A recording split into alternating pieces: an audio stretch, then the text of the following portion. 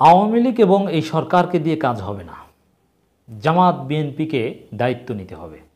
দর্শক, কথা বলছি সেন্ট মার্টিনকে নিয়ে। সেন্ট মার্টিন বা সেন্ট মার্টিন দ্বীপে যে ঘটনা ঘটেছে, নিঃসন্দেহে বিয়ন্ড রিজনেবল ডাউট যে কোনো বিশ্লেষক, স্ট্র্যাটেজিক এক্সপার্ট হোক অথবা পলিটিক্যাল অ্যানালিস্ট হোক, অবশ্যই তিনি স্বীকার করবেন আমাদের সার্বভৌমত্বের উপর আঘাত এনেছে, আমাদের সার্বভৌমত্ব সংকুচিত হয়েছে, আমাদের সার্বভৌমত্ব লঙ্ঘন করেছে মিয়ানমার। কিন্তু আওয়ামী লীগ সরকার কোনো ডিসাইসিভ অ্যাকশন তো দূরের কথা, একটু আশা জাগানোর মতো সামান্যতম পদক্ষেপ নিতে পারেনি। সামান্যতম পদক্ষেপ নিতে পারেনি, একেবারেই পিছু হটা। মানে এতটাই পিছু হটেছে যে মিয়ানমার বুঝে গেছে যে আমরা যতই ইরিটেট করি, আমরা যাই করি, ওদের গায়ের উপর এসে পড়ি, ওরা ওগুলো সহ্য করবে, কিচ্ছু বলবে না। এ কারণে রোহিঙ্গা ঠেলে দেওয়া থেকে শুরু করে যা ইচ্ছা তা মিয়ানমার করে যাচ্ছে। আওয়ামী লীগ সরকার দল হিসেবে আওয়ামী লীগ এই বিষয়ে তেমন কিছু বলছে না, সরকারও নির্লিপ্ত, একেবারেই ব্যর্থতা, নাকে খত দেওয়ার মতো অবস্থা। তো অনেক দিন যোগাযোগ বিচ্ছিন্ন, জাহাজ যাচ্ছে না, স্পিডবোটে গুলি, কত কিছু, কিন্তু আওয়ামী লীগের পক্ষ থেকে কোনো প্রতিক্রিয়া আমরা দেখিনি। ঘটনা ঘটার অনেক দিন পর ওবায়দুল কাদের একটা বক্তব্য, আক্রান্ত হলে ছেড়ে দেব না, সেন্ট মার্টিন প্রসঙ্গে ওবায়দুল কাদের। আচ্ছা, আক্রান্ত হলে ছেড়ে দেব না, আর কত আক্রান্ত হলে আপনারা ছেড়ে দেবেন না? মানে এই বক্তব্য থেকে বোঝা যায় আক্রান্ত হলে মানে কি, যুদ্ধ করে হামলা করে কয়েক হাজার মানুষ যদি মারে, তারপরে হয়তো বা আওয়ামী লীগ বলবে যে এখন ছেড়ে দেব না, আসুন আমরা এখন পদক্ষেপ নেব, অ্যাকশন নিব। কিন্তু না, এতে তো হবে না, অলরেডি তো আমরা আক্রান্ত। আমার দেশের আরেকটা জায়গায় খাদ্য সরবরাহ করা যাচ্ছে না, জাহাজ নেওয়া যাচ্ছে না, যোগাযোগ বিচ্ছিন্ন সপ্তাহের পর সপ্তাহ, প্রায় এক সপ্তাহ যাব। তারপরে অবশেষে গিয়েছে, তারা চিকিৎসা নিতে আসতে পারছে না, তারা চলাচল করবে স্বাধীন ভূখণ্ড থেকে, মিয়ানমার সেনাবাহিনী বা মিয়ানমার নৌবাহিনী তাদের গুলি করছে। যুদ্ধ জাহাজ আমরা দেখতে পাচ্ছি, আতঙ্কে ভুগছি।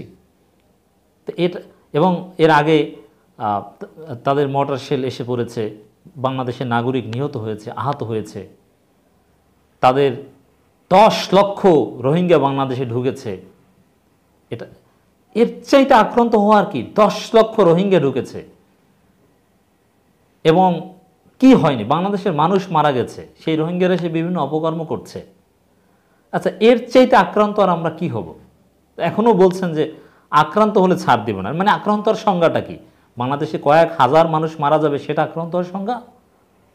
তো বুঝতে পারছেন দর্শক, আওয়ামী লীগের যে আকিদা, তাদের যে দৃষ্টিভঙ্গি, এর মাধ্যমে আসলে দেশের সার্বভৌমত্ব রক্ষিত হবে না।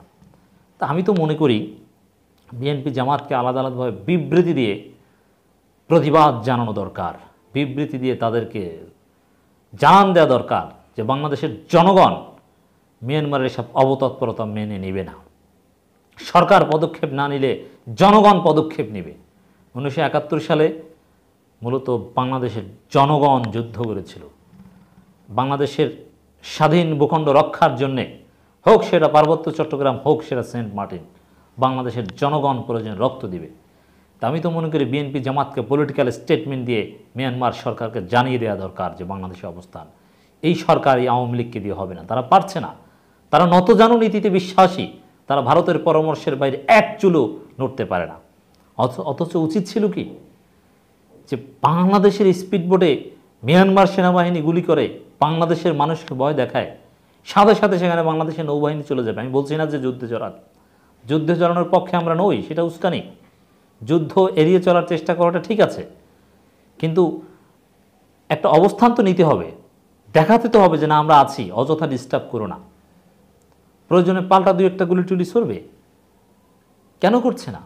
ভারত সিগন্যাল দেয় না, এই কারণে। ভারত সিগন্যাল দিলে এতদিনে করে ফেলতো, তখন বড় বড় কথা বলতো। মিয়ানমার রাখাইন রাজ্যে আরাকান আর্মি ও সশস্ত্র বাহিনীর মধ্যে সংঘর্ষে মর্টার শেল ও ভারী গোলার বিকট শব্দে কেঁপে উঠেছে কক্সবাজার, প্রবালদ্বীপ, সেন্ট মার্টিন।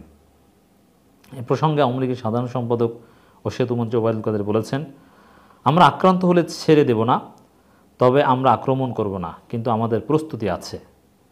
কথাটা টেকনিক্যাল, কিন্তু আক্রান্ত আর কত আক্রান্ত হবেন? আক্রান্ত তো হয়েছেন, প্রস্তুতি আছে।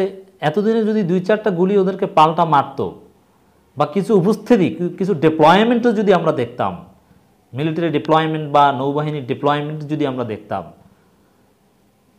তাহলেও বা মোবিলাইজেশন যদি আমরা দেখতাম, কোনো ভ্যাসেল ট্যাসেল ইত্যাদি ইত্যাদি, তাহলেও বুঝতাম যে না, প্রস্তুতি আছে। প্রস্তুতি আছে সেটা তো মিয়ানমার সেনাবাহিনী মনে করে না। তারা তো মনে করে কোনো প্রস্তুতি নেই ওদের, আমরা তো কত কিছু করছি, কই ওদেরকে তো আমরা দেখিই না।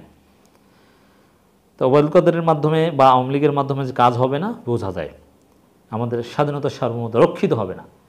এর ভয়ে দেখবেন যে সেন্ট মার্টিনে কেউ থাকতে চাচ্ছে না, তারা ওখান থেকে চলে আসবে, তারা ঢাকা বা কোনো বস্তিতে এসে থাকবে, ওখানে থাকবে না।